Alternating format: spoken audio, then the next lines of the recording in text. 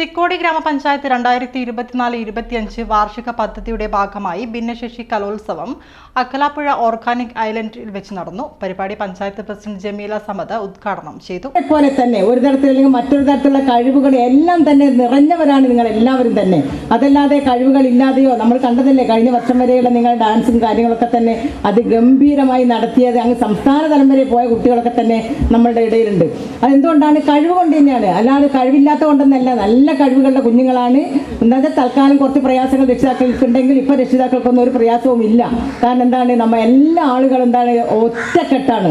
അതുകൊണ്ട് ഒരു പ്രയാസവും ഇല്ലാത്ത രീതിയിൽ തന്നെ നല്ല രീതിയിൽ തന്നെ നമുക്ക് നമ്മുടെ കുഞ്ഞുങ്ങളെ നോക്കാനും അതിനുള്ളതായ ഒരു സന്തോഷവും കാര്യങ്ങളൊക്കെ തന്നെ. കാരണം നമുക്കപ്പോഴും നമ്മളെല്ലാവരും ആലോചിക്കേണ്ട കാര്യം എന്താണ്, നമുക്ക് ഈ ലോകത്ത് ജനിച്ചു കഴിഞ്ഞാൽ സന്തോഷത്തോടു കൂടി മരിക്കുന്നത് വരെ സന്തോഷത്തോടു കൂടി ജീവിക്കണം.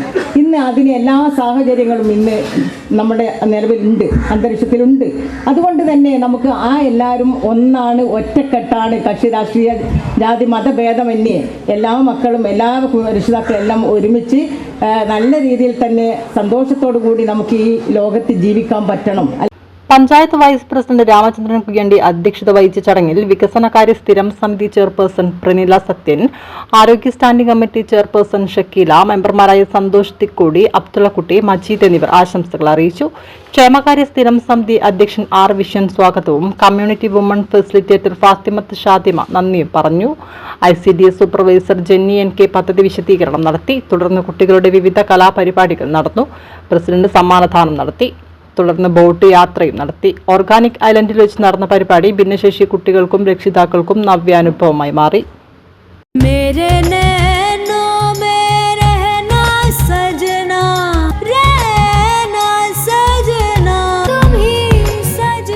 Family Wedding Center, the beginning of forever.